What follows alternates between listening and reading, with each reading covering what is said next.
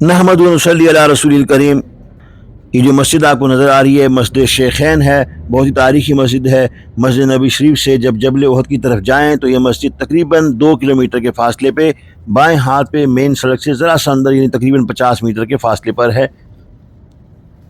اور اس کی تاریخی اہمیت یہ کہ جب آپ صلی اللہ علیہ وسلم غزوہ احد کے لیے نکلے تو پہلا پڑاؤ اسی مقام پر تھا جہاں رسول اللہ صلی اللہ علیہ وسلم نے اپنا خیمہ لگوایا تھا، اور یہاں 2 بچوں حضرت رافع اور حضرت سمرہ بن جندب رضی اللہ عنہ میں ایک دوسرے کو پچھاڑنے کی کشتی کی وجہ سے اسے شیخین کا نام دیا گیا۔ یہاں آپ صلی اللہ علیہ وسلم نے 2 نمازیں ادا فرمائی تھی، اور اسی مقام پر بعد میں ایک چھوٹی سی مسجد بنا دی گئی تھی۔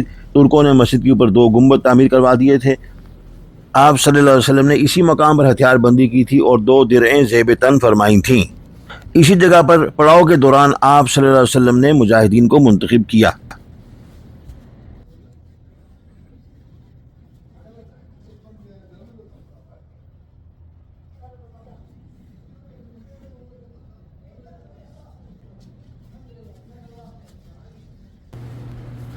بچوں کو بہت شوق تھا جنگ میں حصہ لینے کا، چنانچہ آپ صلی اللہ علیہ وسلم نے ان سب کی ایک پریڈ سی منعقد فرمائی۔ نابالغوں کو، جن میں حضرت زید بن ثابت رضی اللہ عنہ بھی شامل تھے، جہاد کی اجازت نہیں ملی۔ ایک نابالغ بچہ حضرت رافع بن الخدیج رضی اللہ عنہ پاؤں کی انگلیوں پر کھڑے ہو گئے تاکہ آپ قد میں بڑے نظر آئیں، جس پر ان کو اجازت دے دی گئی۔ اس پر ایک اور بچہ حضرت سمرہ بن جندب رضی اللہ عنہ نے بھی کہا کہ میں اس سے قوی ہوں۔ انہوں نے حضرت رافع رضی اللہ عنہ کو پچھاڑ دیا تو انہیں بھی جہاد میں شرکت کی اجازت مل گئی۔ اور یہی وہ مقام ہے تقریباً جہاں سے عبداللہ ابن ابی اپنے ساتھ 300 بندوں کے ساتھ جہاد سے واپس ہو گیا تھا۔ یہ ہے مسجد الشیخین۔